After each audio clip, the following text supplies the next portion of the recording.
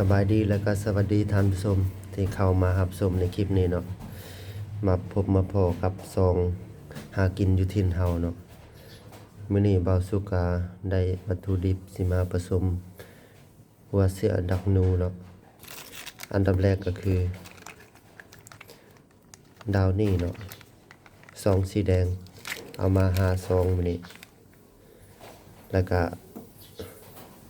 กินใบเตยเนาะวินเนอร์แล้วก็กินนิลาครีม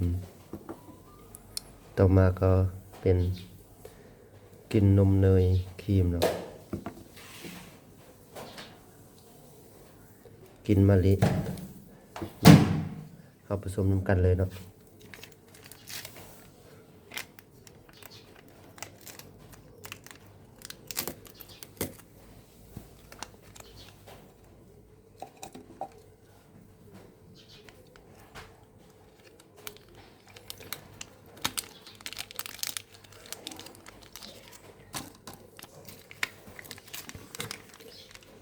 ผสม5ซองเลยเนาะผสมให้หลายๆเลย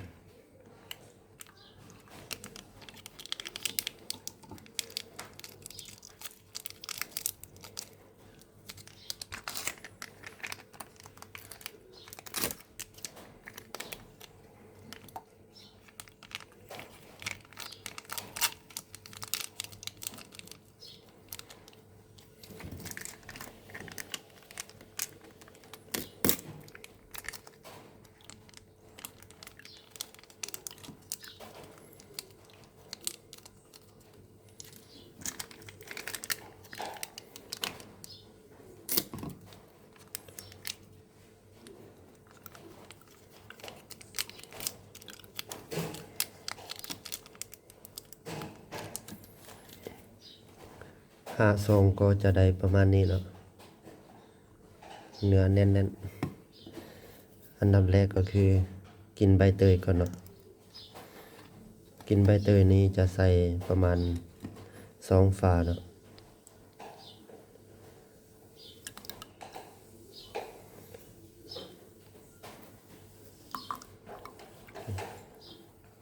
2ฝาโอเคเนาะ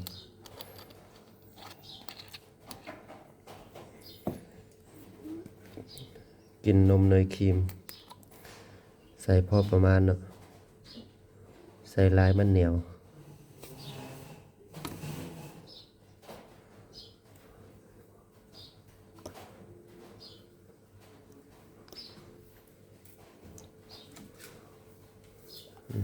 ได้แล้วเนาะประมาณนี้เนาะแล้วก็กินนิลาครีมเนาะ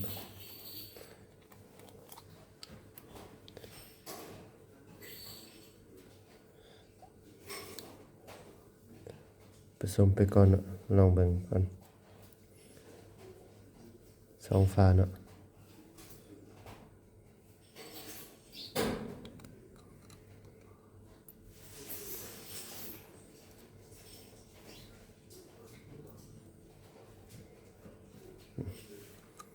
ติดตามฝาแล้วก็กินมะลิเนาะหอมๆเลยกินมะลินี่แล้วก็ใส่2ฝาอีกเนาะ2ฝาโอเคเนาะ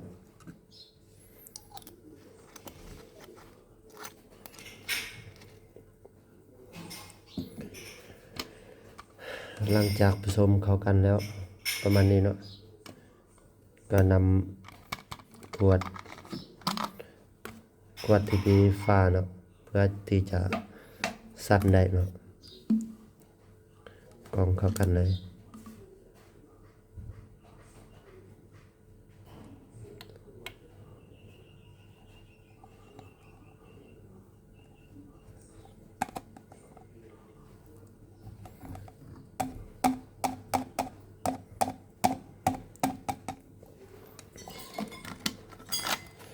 หลังจากนั้นก็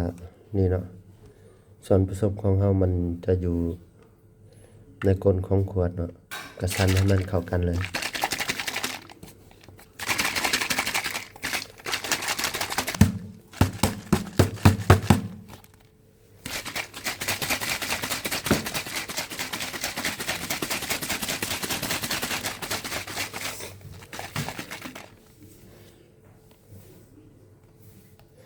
ซ้ำนี้ก็ได้แล้วทุกคนมันก็ละลายแล้วละลายหมดแล้วเนาะเทใส่ขวดกันเลย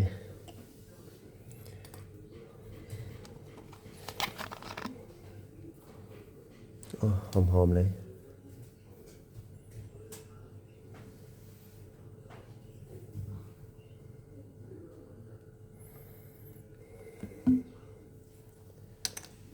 ถ้าให้ฟองมันออกหมดก่อน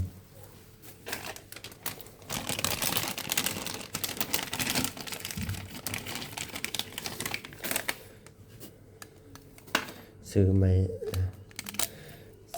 ๆนะ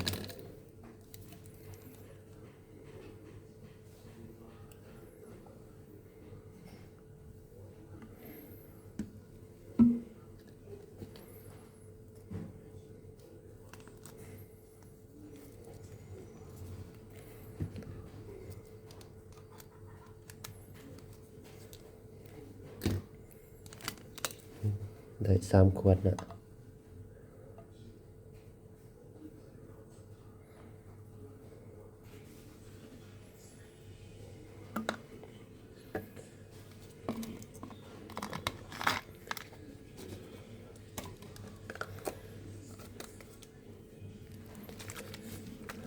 ซ้ำนี้ก็เสร็จสิ้นแล้วท่านผู้ชม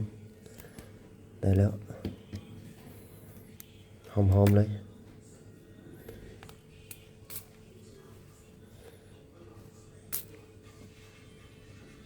โอ้หอมแจ๋วขอบใจหลายๆที่เข้ามารับชม